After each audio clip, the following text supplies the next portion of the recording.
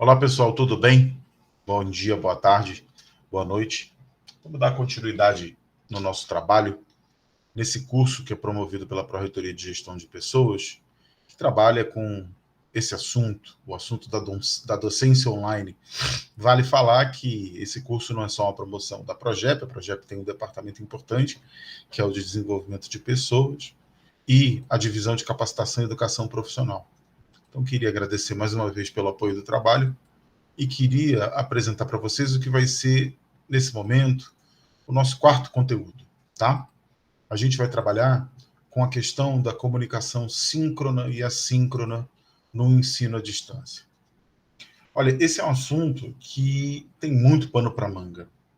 Eu diria que, como todos os assuntos desse curso, obviamente é um assunto importante, tanto que está aqui configurando, mas eu diria que a gente tem que prestar muita atenção. Por quê? Porque se comunicar bem é um processo que, apesar da gente se comunicar o tempo todo, uns com os outros, entre pares, entre diferentes níveis de formação e de enquadramento funcional no ambiente de trabalho, nem sempre a gente se comunica tão bem quanto poderia. Há mil e um motivos para isso acontecer.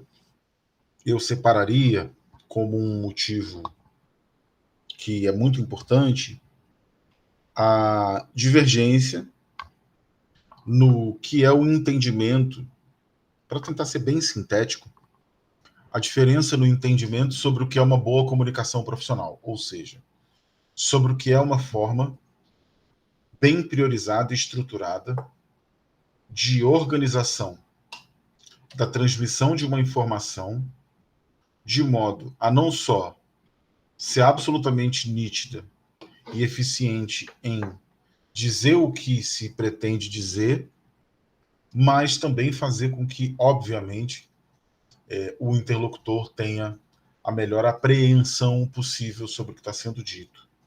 Então, colocando dessa forma, de uma forma muito evidentemente, flexível, certamente um profissional da comunicação social vai poder ajudar muito mais do que eu nesse sentido. Nós temos um colegiado no Unifap que prioriza esse sentido. Eu conseguiria dizer que, no que diz respeito à questão do ensino à distância, o que a gente está chamando de uma comunicação efetiva precisa ser, sem dúvida alguma, como praticamente todas as formas de comunicação humanas, precisa ser decisivamente matizado. O que eu quero dizer com matizar? Eu quero dizer que nós temos que compreender que, da mesma forma que, e exatamente da mesma forma que, os nossos conjuntos de usuários reunidos nas camadas, a gente falou disso na sessão passada, em que a gente falou do design dos AVAs, né? Da necessidade da gente reconhecer como diferentes grupos, diferentes estratificações ou segmentações podem ser feitas até mesmo dentro de um mesmo grupo geral de usuários, tendo em vista que as características especialmente quando a gente lida com o público discente, são imensamente baseadas num alto grau de heterogeneidade. Nós temos de todo tipo de gente, todo tipo de aluno, todo tipo de profissional reunido no ambiente de trabalho. Isso faz parte de sociedades complexas como a nossa, e a gente precisa entender essa complexidade não por nenhuma questão moral ou ética, apesar disso, na minha opinião, ser até bastante importante. A gente precisa fazer essa anamnese, esse diagnóstico dessa relação de diversidade existente e matizar bem o que é essa diversidade, porque não é possível, mais uma vez, à luz do que é um ambiente profissional complexo, que a nossa atividade profissional seja uma atividade isolada. A gente vai precisar, inequivocamente, dialogar uns com os outros, né? A gente vai precisar, inequivocamente, falar, ser ouvido, vai precisar transmitir mensagens e receber mensagens, a gente vai precisar resolver problemas dos mais simples aos mais complexos, e tudo isso, quando envolve trabalho em equipe, envolve a gente falar bem e ser bem ouvido. E ouvir bem também quem está falando bem. Então, eu diria que, nesse momento, nesse quarto conjunto de conteúdos, eu pretendo me concentrar muito com vocês aqui no que eu entendo e a minha experiência aponta para a existência de um conjunto de habilidades, exatamente como a gente falava nas últimas sessões, de habilidades que são fundamentais para o bom ambiente de aprendizagem, seja ele virtual ou não. Mas que no caso do virtual, como se trata de algo que nós ainda estamos nos alfabetizando como instituição, como profissionais, dar um pouquinho mais de atenção e se capacitar nessa compreensão para atingir justamente o que é um dos objetivos, né? Reflexionar a respeito dos processos e rupturas dessa prática educativa em EAD, eu diria que é importante a gente olhar um pouquinho com calma e pensar um pouquinho o que é que a gente está pretendendo fazer nessa comunicação síncrona e assíncrona. Por que eu separei a comunicação síncrona e assíncrona? Eu diria a vocês que, bem como o ensino à distância de forma mais geral, se é que dá para falar assim, as formas assíncronas são predominantes. O que é uma forma assíncrona de comunicação? É exatamente o que eu estou fazendo aqui com vocês, tá? Estou gravando um vídeo, gravando em plano sequência, em um take só, um conteúdo que eu vou trabalhar ao longo de uma experiência cronológica que é difícil ponderar, porque cada um tem seu tempo, à luz de uma experiência cairológica de tempo. Isso vai variar ainda mais, porque não só podem assistir esse vídeo cronologicamente daqui a 3 a 10 anos, daqui a 2 minutos, como também podem justamente assistir todos os vídeos do curso num dia, ou todos os cursos do vídeo num mês, ou até num ano, ou até mesmo de forma pincelada. Então, o assíncrono ele é muito comum e muito diverso. O síncrono, nem tanto. Eu diria que a comunicação síncrona tem um certo grau de homogeneidade que decorre, em larga medida, das experiências, que são experiências baseadas numa forma. Como é que eu vou dizer para vocês aqui? Imersiva, em primeiro lugar. Em um segundo lugar, além de imersiva, que é uma característica típica de relações de comunicação baseada em sincronicidade, porque elas garantem um certo grau de simultaneidade. Por outro lado, a gente também tem o que boa parte dos especialistas em comunicação muitas vezes se referem como simulações da realidade. Porque, como nós já falamos aqui, o que a gente está chamando de uma relação ensino-aprendizagem à distância, ela seguramente não se baseia numa experiência presencial real. Nós estamos promovendo algo mais próximo o possível quando uma experiência síncrona, ou mesmo assíncrona, mas principalmente na síncrona, nós estamos promovendo uma experiência mais próxima do que é o real, do que é o tradicional, do que é o analógico presencial, mas não é. Então, a experiência da sincronicidade, quando a gente assume isso como uma questão pulsante dentro da nossa experiência de ensino, ela tem um potencial de imersividade, de simulação da realidade muito grande. Há outros componentes que eu vou examinar aqui com vocês, mas esse é um componente determinante. Daí vocês vão começar a pensar algo que eu acho que já pode e deve estar sendo pensado ao longo desse trabalho aqui, na medida em que vocês vão assistindo esse conteúdo. O que é melhor? O síncrono ou o assíncrono? Na minha opinião, não tem melhor ou pior. Não existe. Claro, todos nós temos as nossas preferências, mas não existe como uma determinação de quem está trabalhando como docente em conseguir ter um modelo rígido cujo qual Se nem na sala de aula presencial a gente consegue fazer assim, gente, imagine a distância. Não existe um modelo rígido no qual nós tenhamos a capacidade de trazê-lo numa importação ou numa exportação e simplesmente fazer acontecer com a turma. Por mais que o conteúdo tenha um certo grau de perenidade, porque tem muito a ver com as habilidades rígidas, com as habilidades duras, cada experiência, e nós que somos professores sabemos muito bem disso, as professoras sabem muito bem disso, cada experiência de uma relação ensino-aprendizagem é singular. Ela é permeada por traços gerais, mas ela é sempre uma experiência única. Cada turma é uma turma que tem a sua dinâmica, que tem a sua configuração de preferências. Então, se a gente quer pensar uma experiência completa, robusta, e tudo isso, obviamente, depende da capacidade dessa robustez em aderir ao que realmente é viável.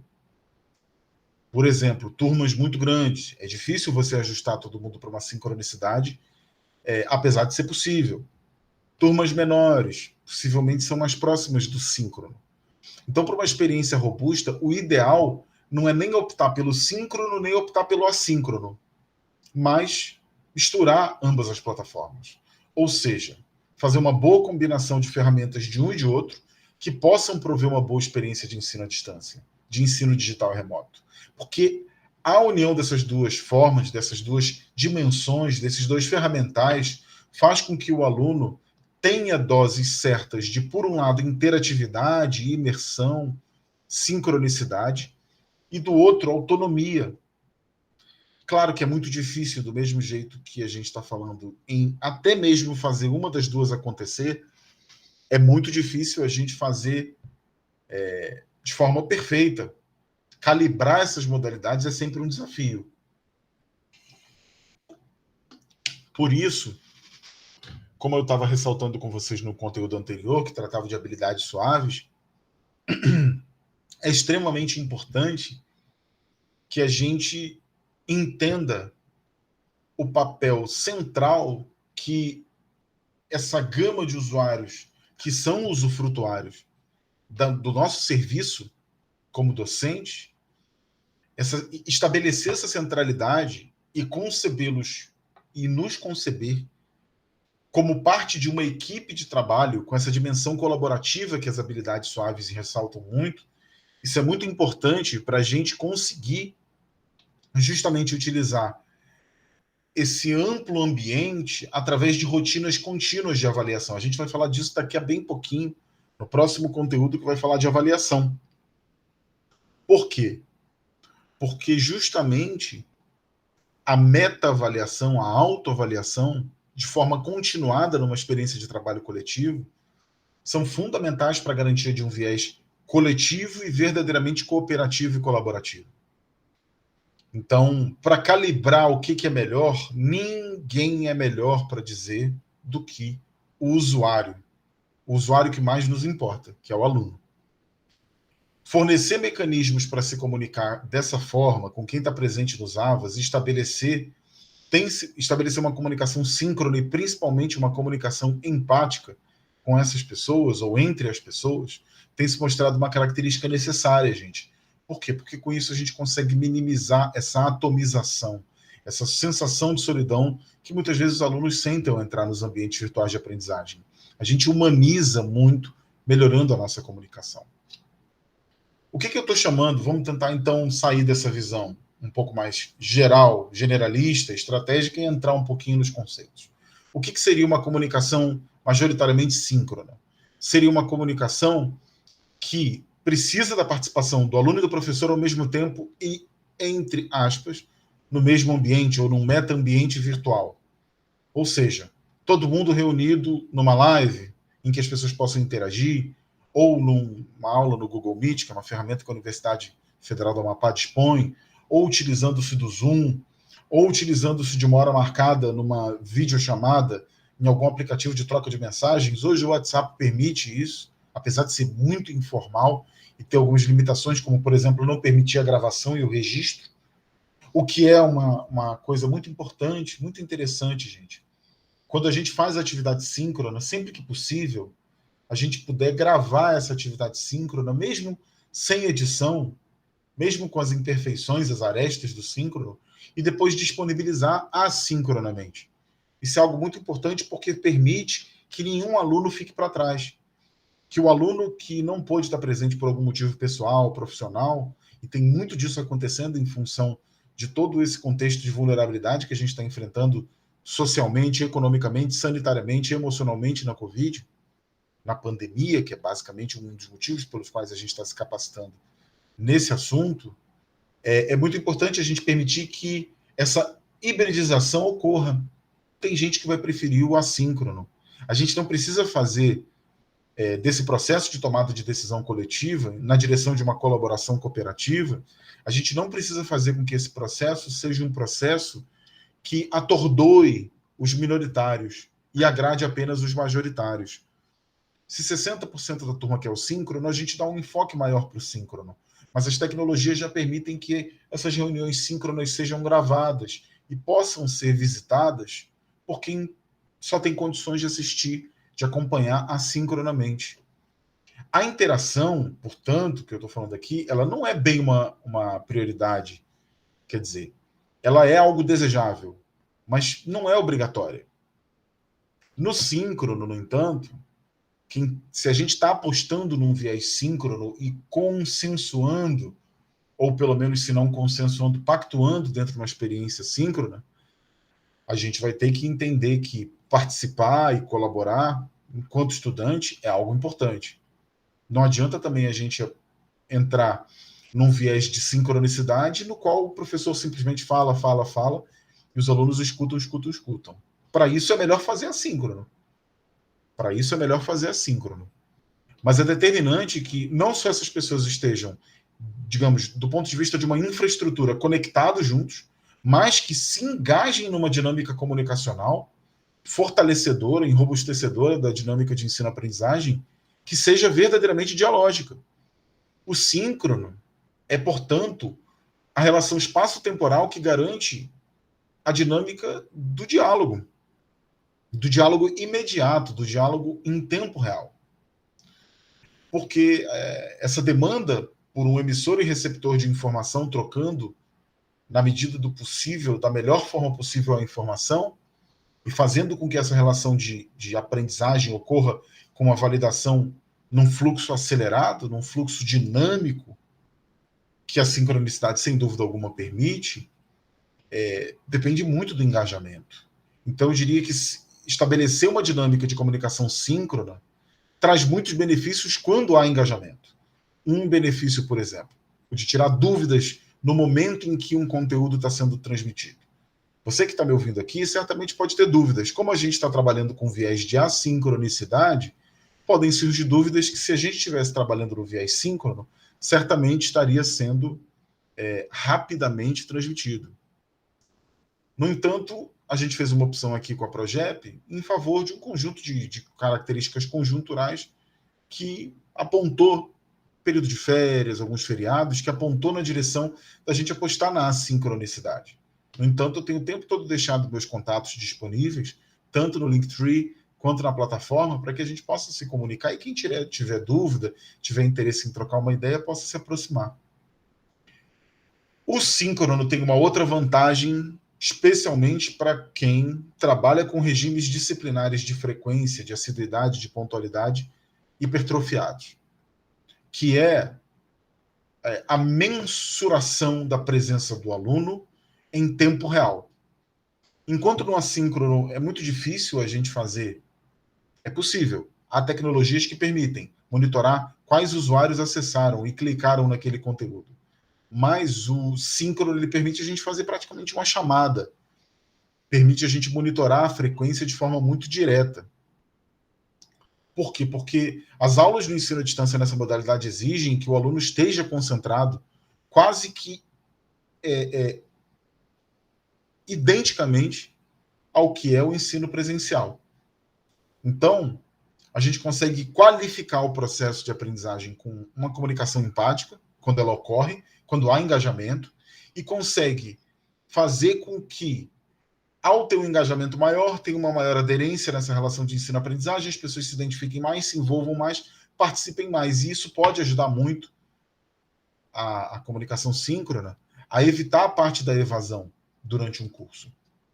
Então, tem vários canais, como a gente já falou aqui, que podem ser ser úteis e validados de forma adequada. Tirar dúvidas em tempo real, estimular a interação entre alunos e tutores, solucionar questões que precisam de endereçamento rápido. O que é positivo no síncrono, portanto?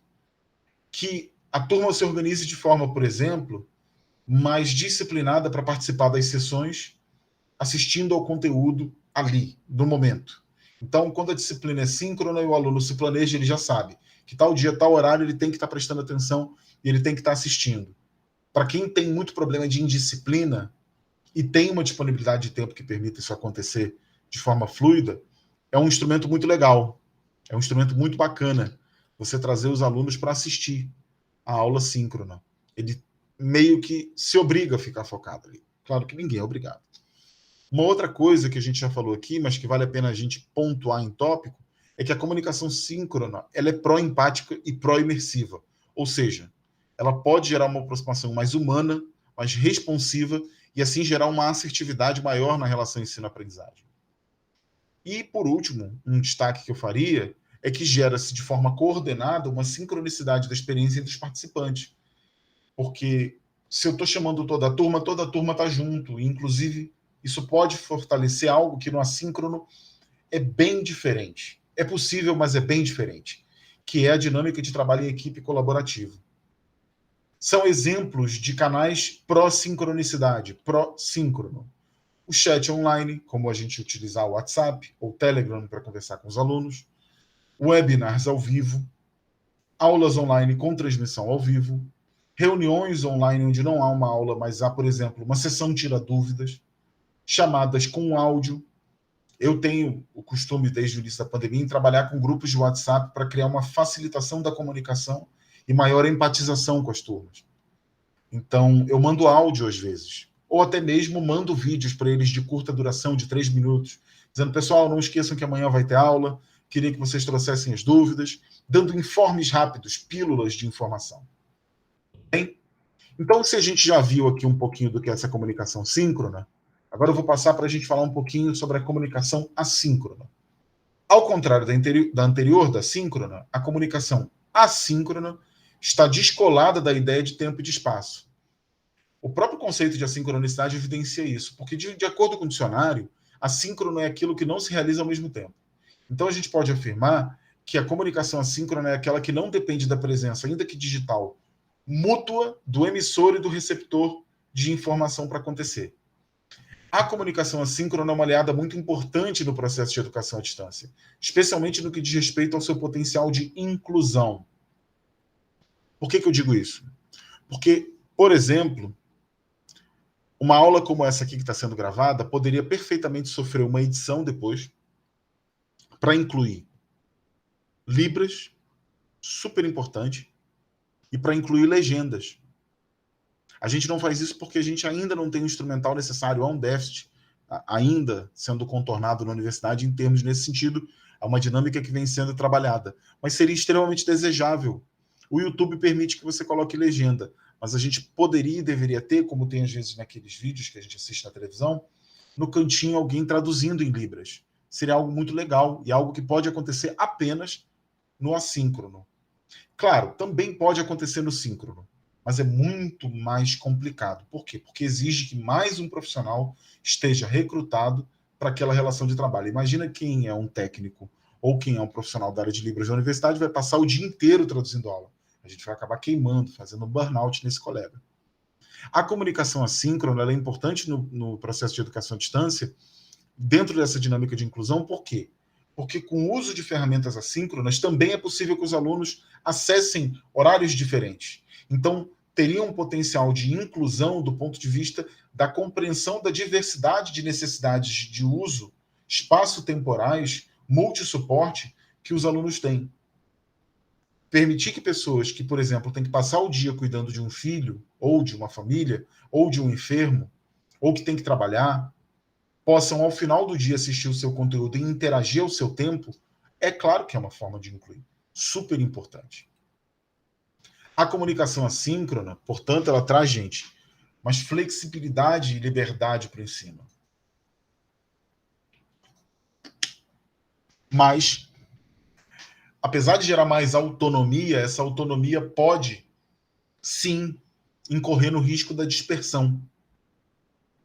Ela pode fazer com que o aprendizado ocorra de uma forma tão pulverizada, em que o aluno fique tão sozinho nessa experiência de acesso ao conteúdo, que ele simplesmente acaba perdendo o fio da meada.